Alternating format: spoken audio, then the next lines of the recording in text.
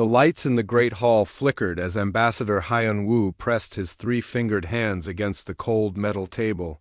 His blue skin had turned pale with fear. Around him, holographic screens showed the same terrible sight over and over. Again, his home planet was dying. "Please," Hyun-woo said into the communication device. His voice shook. "We need help. The Kretch are coming. They will kill everyone on the Sara Prime in 3 days." The large room was filled with floating screens. Each one showed a different alien species from across the galaxy. Some had tentacles, others had scales or fur. A few looked like giant insects. But they all had the same look in their eyes when they saw Hyun-woo. They did not care. The first to speak was Commander Vex 9 from the Axiom Collective. His metal body gleamed under the lights. Red lights blinked where his eyes should be. "The Axiom Collective has studied your request," Vex 9 said in a cold voice. "Sending help to your world would waste our resources. We cannot help you." Hyun-woo felt his heart sink. The Axiom Collective had the best technology in the galaxy. Their ships could travel faster than light in seconds. Their weapons could destroy entire moons.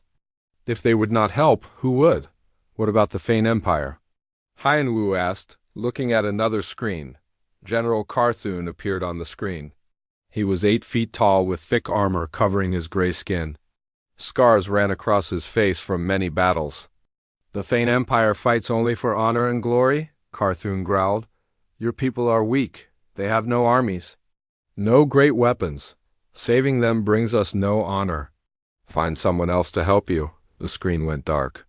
Hyun-woo stared at the empty space where the general had been. His people had never hurt anyone. They grew food and made art. They studied the stars and wrote beautiful music. But in this galaxy, being peaceful meant being worthless. "The Trade Federation might help us," Hyun-woo whispered to himself. He activated another communication channel. President Zol Marin appeared on screen. She had yellow skin and 4 arms. Gold rings covered her fingers. Behind her, Hyun-woo could see stacks of credits and rare metals. "Help costs money," Zol Marin said before Hyun-woo could even speak. "What can your people pay us with? Do you have rare crystals? Advanced technology? Anything valuable?" "We have nothing like that," Hyun-woo admitted. "But we are good people. We help others." Then we cannot help you," Zol Marin interrupted. "Business is business." "Good luck." Another screen went dark. Hyun-woo tried the Science Union next. Maybe they would help for research purposes? Dr. Kexlor appeared on screen. He had a large head and tiny body. His brain was so big it needed a special helmet to hold it. "Fascinating," Dr. Kexlor said when he heard about the Kretch. Attack. The Kretch swarm is a perfect example of natural selection. The strong survive and the weak die. Your species must not be fit to survive if you cannot fight them off. "This is good data for our studies." "Good data?" Hyun-woo shouted. "We are talking about the death of my entire species." "Yes, exactly," Dr. Kexlor nodded. "We will watch and record everything. For science, of course. Thank you for this opportunity." The screen went dark. Hyun-woo slumped in his chair. He had contacted every major power in the galaxy. The smart ones called his people stupid. The strong ones called them weak. The rich ones said they were poor. The scientists wanted to watch them die. He looked at the main screen showing his home planet. The Sara Prime was beautiful. Blue oceans covered most of the world. Green forests grew on every continent. His people lived in cities that looked like giant flowers. They had never built weapons or armies. They thought the galaxy was full of friends. Now black ships surrounded his world. The Kretch had come. Soon, they would land and start eating. They ate everything. Plants, animals, people. They would not stop until the Sara Prime was empty. Hyun-woo was about to give up when a small light blinked on his control panel. Someone was trying to contact him. He looked at the signal. It came from a small planet called Earth in the outer part of the galaxy. Earth? Hyun-woo had never heard of it. He checked his database. Earth was listed as a Class 12 death world. That meant it was incredibly dangerous. The database said humans lived there, But it also said they were primitive. They had only been in space for about 100 years. Why would such a backward species try to contact him? Han Wu opened the communication channel. A human woman appeared on screen. She had black hair tied back and wore a simple military uniform. Her brown eyes looked tired but determined. "This is Commander Sojin of the Earth Defense Force," the woman said. "We received your distress call. We know about the Kretch attack on your world." "You know about the Kretch?" Hyun Woo asked, surprised. "We have been watching the galaxy for a while now," Sojin replied. "We may be new to space, but we pay attention." "How much time do your people have?" "Less than 3 days," Hyun Woo said sadly. "But I do not understand. Why are you contacting me?" "Your planet is listed as primitive in our databases." Sojin smiled. But it was not a happy smile. "Primitive?" "Maybe, but we received your call for help. We are the only ones who answered, right?" Hyun Woo nodded slowly. It was true. Out of thousands of advanced species in the galaxy, only these primitive humans had responded. "What can you do?" Hyun Woo asked. "No offense, but your technology is very basic compared to the others who refused to help."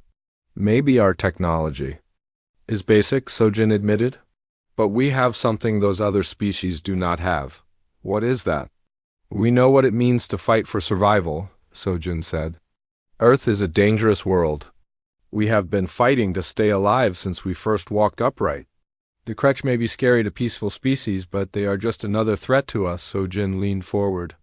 "Ambassador He, Earth will help your people. We are preparing. Our ships now, help is coming." The communication ended. Han Wu stared at the dark screen. The humans were coming to help. The primitive, backward humans from the dangerous death world were the only ones in the entire galaxy who cared. Maybe, just maybe, there was hope after all. Admiral Dong Hyen stood on the bridge of his ship, watching the stars blur past them. The human fleet had been traveling for 2 days straight.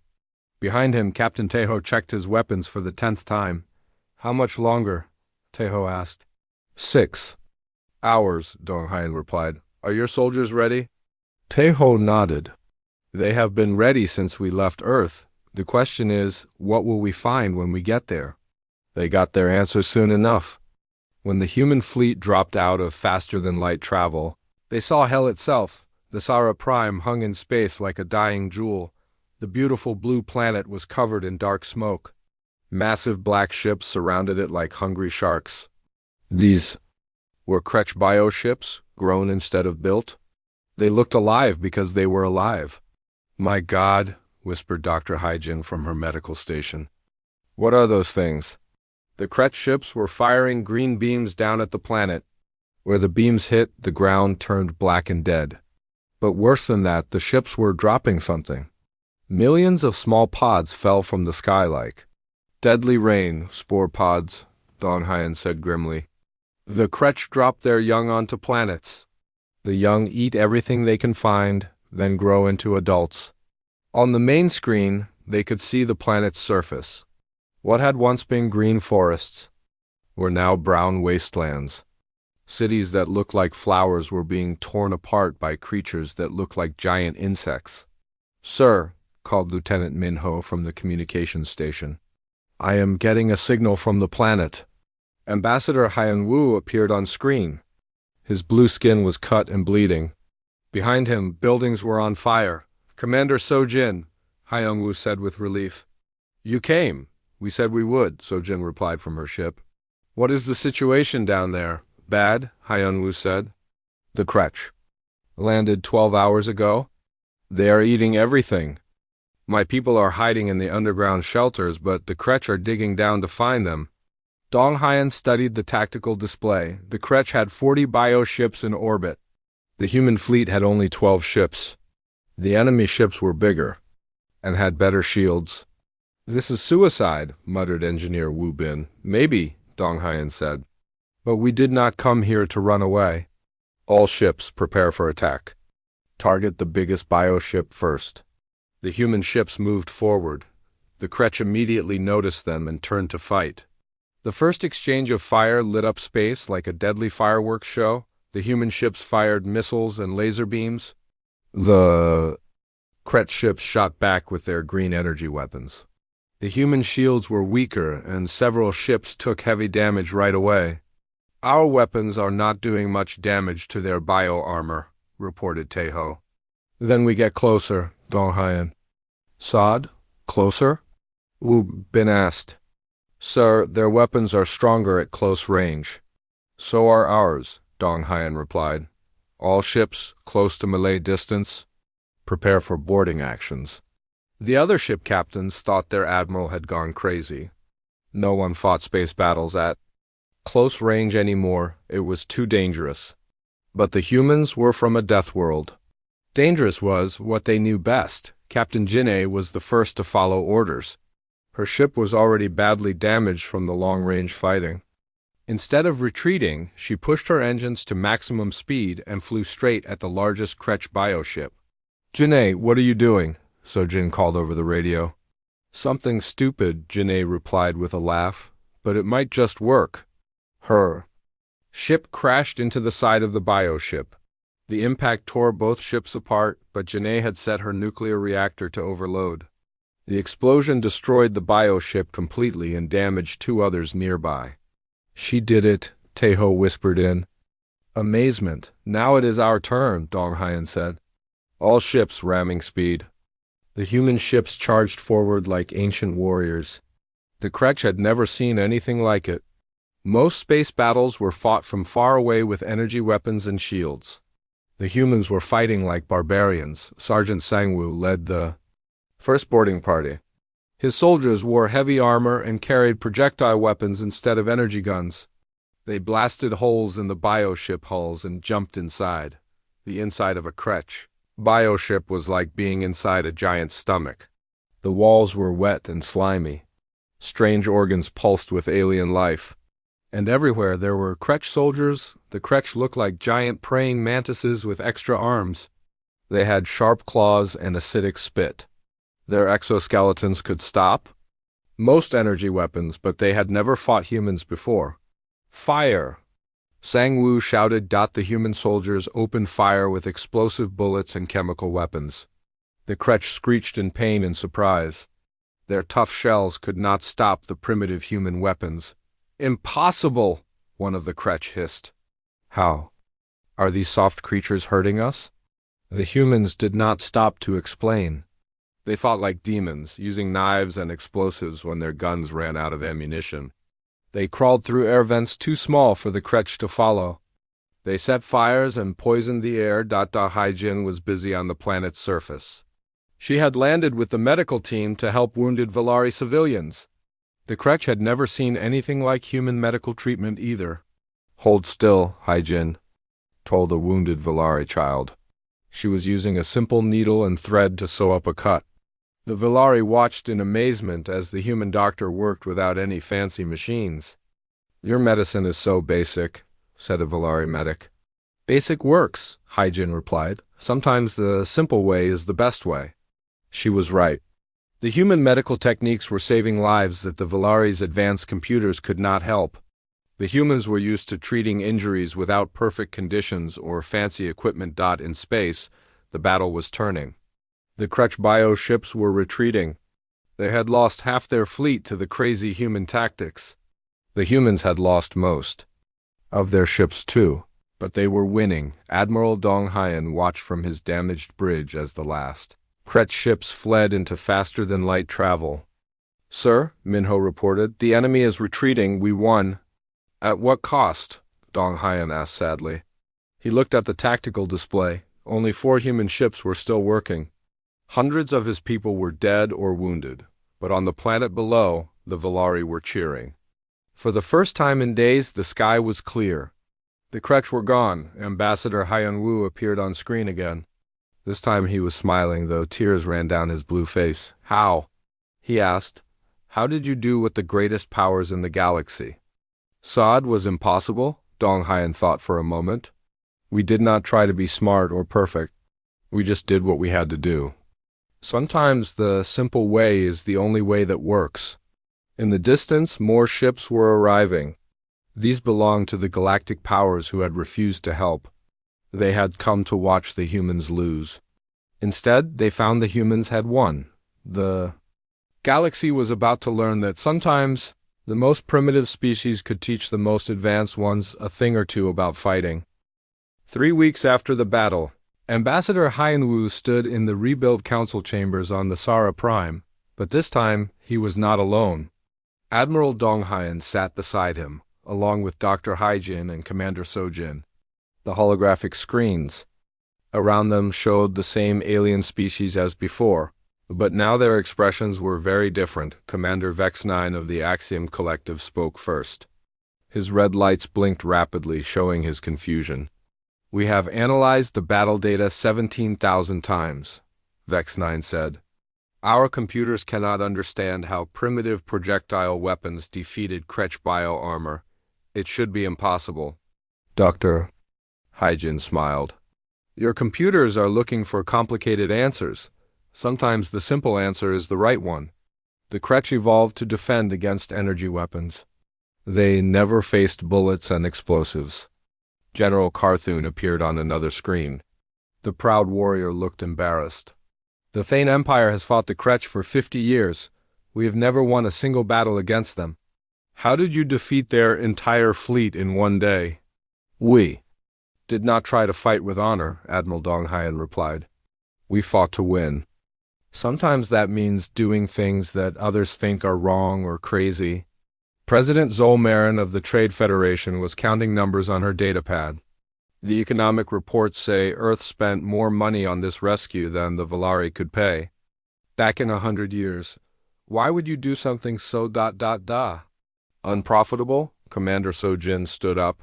"Because it was the right thing to do. Not everything is about money or profit. Sometimes you help people just because they need help." The alien leaders looked at each other with confusion. This was not how the galaxy worked. Everyone always wanted something in return for their help. Dr. Kexlor from the Science Union had been very quiet. Finally, he spoke. "We have studied human biology and psychology. You are from what we call a Class 12 death world. Your entire evolution has been about surviving impossible situations." "That is correct," Dr. Haijin nodded. "Earth is a dangerous place. We have ice ages, volcanic eruptions, earthquakes, storms, and thousands of species that want to eat us. We learn to adapt or die." "But that is exactly why you should have failed," Dr. Kexlor insisted. "Deathworld species are supposed to be too aggressive and primitive for advanced warfare. You should have been destroyed by superior technology." Admiral Donghyan laughed. "Superior technology means nothing if you do not know how to use it in a real fight. You have been playing war games with energy shields and long-range weapons. We have been fighting for our lives since we were cave people." The truth was becoming clear to the galactic powers. They had become soft and comfortable. Their wars were clean and distant. They fought with computers and mathematics. But the humans fought with desperation and determination. Captain Tejo entered the chamber carrying a datapad. "Admiral, we are getting reports from across the galaxy. The Kretsch are attacking 12 more worlds. All of them are asking for our help." The alien leaders began talking all at once. If the Kretsch were attacking more planets, the threat was bigger than anyone had thought. "We can help you fight them," General Carthun offered. "The Thane Empire has many ships and soldiers." "So does the Axiom Collective," Vex-9 added quickly. "Our technology is still the most advanced in the galaxy." "Wait," Commander Sojin said, holding up her hand. 3 weeks ago you all refused to help the Valari? You said they were not worth saving. Now you want to work with us?" The alien leaders looked embarrassed. They knew she was right. Ambassador Hyenwu spoke for the first time. "The humans saved my people when no one else would. They risked their lives for strangers. They lost many good people in that battle. Why should they trust you now?" President Zolmarin cleared her throat. "Perhaps we were too hasty in our earlier decisions. The Trade Federation would like to offer Earth-favorable trade agreements. The Science Union wants to study human military tactics," Dr. Kexlor added. "The Thane Empire offers an alliance. General Carthun said proudly. Admiral Dong Hyan looked at his officers. They had talked about this possibility. Earth was not strong enough to fight the Kretch alone across the entire galaxy, but they also could not trust species that had shown their true nature when help was needed. We will consider working with you, Dong Hyan said finally. But only if you prove that you have changed. The next time someone asks for help, you must answer the call. Dr. Haijin stood up. We have learned something important from studying the Kretch. Their bioarmor is weak against chemical attacks and physical projectiles, but they are adapting. The next time we fight them, they will be ready for our tactics. Then we need to adapt too, Sojin said. We need to teach others how to fight like humans, how to think like Deathworlders. Over the following months, human military advisors spread across the galaxy. They taught alien soldiers how to fight at close range.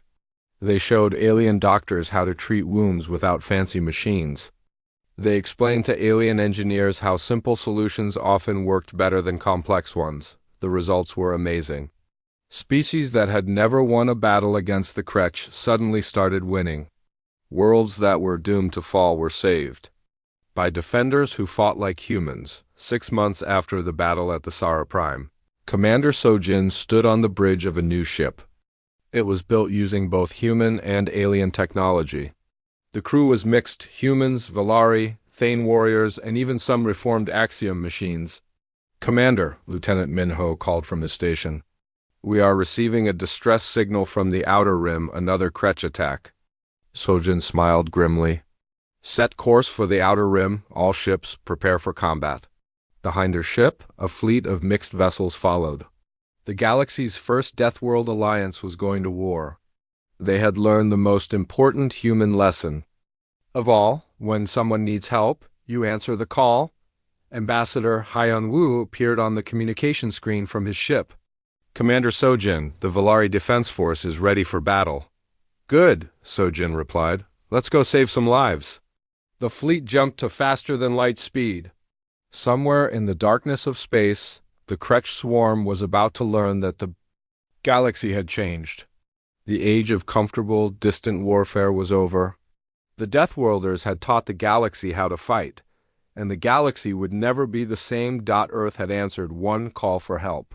Now the entire galaxy was learning to answer the call.